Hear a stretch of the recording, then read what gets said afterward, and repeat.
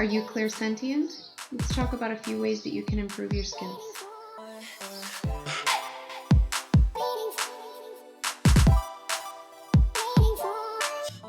Hi, and welcome back to the Wholeness Shift. My name is Veronica, and if this is your first time here, welcome.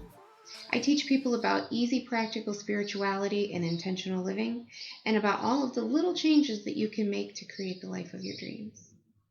If this sounds like something that interests you, hit the subscribe button below because I wouldn't want you to miss anything good. Now, I have the windows open because it's a hot summer day. It's like 90 degrees outside, and we don't have air conditioning in this house yet. So I can't even have the fan on when I'm filming. So if you hear some car noise, today I'm going to be talking about 3 different tips and tricks for my Clairsentients out there. And I'm actually saving the best for last, so stay tuned if you want to see my favorite. If you aren't sure what a Clairsentient is, it is a person who has the psychic ability of being able to feel energy. A lot of people use this interchangeably with empath, and they shouldn't, because that's not accurate. An empath is someone who has the ability to feel the emotions of other people. They can tune in and empathize with the emotions of those around them. You know, if you're crying, they'll probably start crying too. They can tell if you're angry. They can tell if you're hiding something or not being completely honest with them. They can feel that emotion. A clairsentient tends to have all of the empath's abilities plus some. A clairsentient has the ability to feel physically in their body the energy that is in the room with them. If you want to see what that feels like, I will put a link below to my video I did a few weeks ago where I talk about that. And by feeling physically in their body, I mean they can feel your physical symptoms. If you're having chest pain, they might too. If you're nauseous, they might be too. They can feel whenever a spirit or entity enters the room or comes into their space. And they can usually feel it in different ways so that they can even recognize which entity has come into their space. Like one just, I think they're testing me because one just walked into my space. As we're talking, it's like, oh yeah, do you feel me? Do you feel me? Yeah, I feel you. The first 10 years of my nursing career, I was primarily a cardiac nurse and a neuro nurse, which means I worked with a lot of heart patients, stroke patients, and the like, cardiac and neuro. Well, I cannot tell you how many times I personally ended up in the emergency room for chest pain, for dizziness, and when I would get there, they could find nothing wrong with me. My health was great. And I'm like, no, I was really having chest pain. And they would always just chalk it up to having a high stress job and telling me that it's just anxiety or something and I need to just go home and relax, de-stress a little bit. And so I believed them. But come to find out, none of that was mine. I wasn't feeling my pain. I wasn't feeling my chest pain. I wasn't having chest pain. I was feeling my patient's chest pain. Now I can usually spot it right away. Like a few years ago, I used to have a coworker, this Jamaican lady who sat next to me, almost elbow to elbow. And one day I was sitting there in the nurse's station and I started having chest pain. And at first I was thinking, oh my God, I'm having a heart attack. I'm going to die. Like I need to go to the emergency room right now. And then all of this came flooding back to me and I thought, wait a minute. Is this even mine? And I felt no. So then I just stopped and had a look at my own body and I was thinking, do I have any of the other signs and symptoms of a heart attack right now? I'm not sweating. I'm not nauseous. My heart's not racing or beating funny. I'm not dizzy. I'm not short of breath. Yeah, I don't think this is mine. And it occurred to me as I looked over, my coworker was just sitting there quietly with her head and resting in her hands. And I went, hey, are you having chest pain? And she looked at me and she goes, oh, child, I have bad chest pain. It's going to kill me. And I was like, I know, you're going to kill me too. Go to the emergency room. Oh my God. And then she realized how I knew, like I was feeling her energy. And she snapped at me and she's like, I told you to stay out of my energy. You stay out of my energy. It's my energy, my business. She would not go to the emergency room. But it was her chest pain I was feeling. And so now I know that I can especially feel these things if I'm in close quarters, of course. Like if I'm in an elevator or riding in a car with somebody, I definitely know if they're feeling anxiety or whatever they're feeling. So my first tip is going to be this. Spend enough time on your own, in your own space and in your own energy, that you can tell if something is your energy or something else. For most of my adult life, I was in an unhealthy, enmeshed marriage with a very toxic, unhealthy husband who was just always in my space, very intrusive. And I was the mom to four small children. So I never got me time. And I was told that me time was selfish because you have other responsibilities and you're a mother, you don't get me time. So I never knew what my own energy felt like. I didn't know. And so after I was divorced, I was living on my own for the first time ever. 3 out of 4 of my children had grown up and moved out.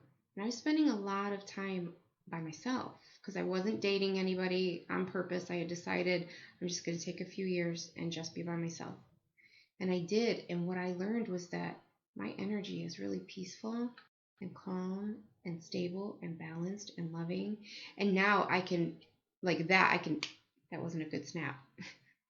Now I can, recognize someone else's energy, something that's foreign to me. And I don't confuse it with mine because I know what mine feels like.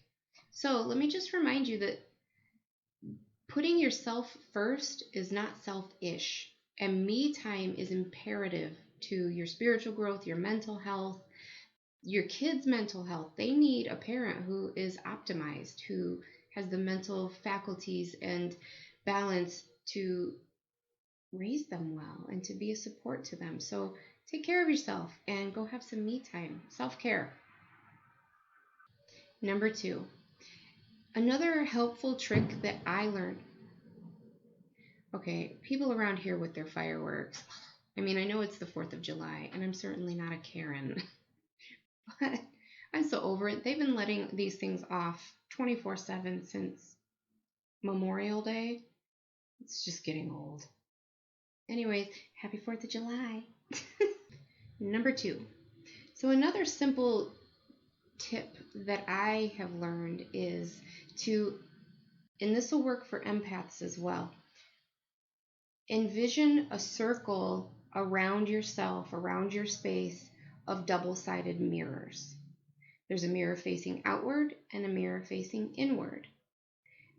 Surround yourself with that circle of double-sided mirrors and just say, my intention is for my energy to be reflected back to me and for everyone and everything else's energy to be reflected back to where it came from.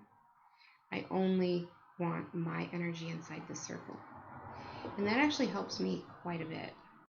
So number 3, this is actually my favorite tip and trick to give because it was so helpful to me.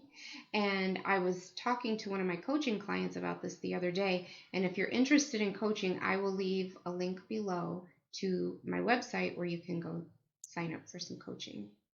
But anyways, I was telling her about this because she's also a clairsentient and she also found it very helpful. So I thought that I would share it here and see if maybe it would help you guys. So I used to be in a position where I knew I was clairsentient, I knew I could feel energy, and I was just feeling energy all day long. Energy would come, it would go, energy was all in my space, but I had no idea what it meant. I didn't know what it was, who it was, why did it all feel different, who was in my space. Is this a bad ghost? Is this an alien? Is this a spirit guide? Was this an angel? What was this? So one day I decided to find out. And I just said, okay, guys, roll call. I am going to start with my guides. I'm going to start with my main guide. And we're going to go through one by one until there's none left. And I want to get to know you. And so I grabbed my pendulum. And if you don't know how to use a pendulum or have questions, I will link to videos below where I talk about that as well. And I grabbed my pendulum, and so I just sat there and I closed my eyes and I said, okay, number one, Spomi, step on up and let me feel your energy. And I felt him come into my space, and I wrote down what his energy felt like to me. Soft, heart-centered energy, loving, gentle, soft-spoken. And then I used my pendulum. I confirmed his name.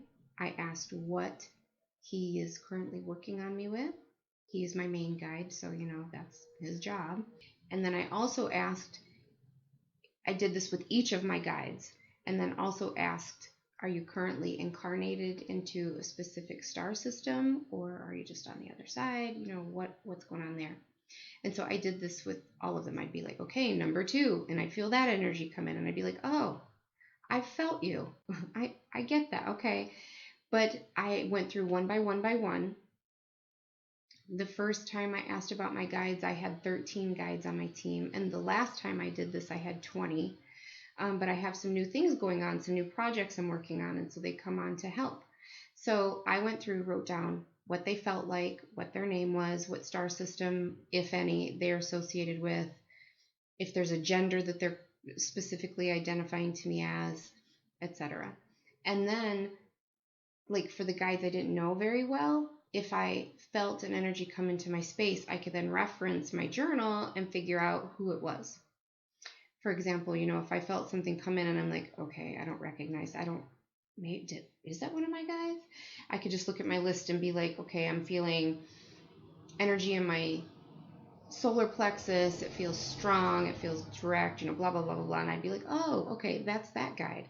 And then we could develop trust. I could get to know them a little bit more. I could talk to them more directly. It was just very helpful to me.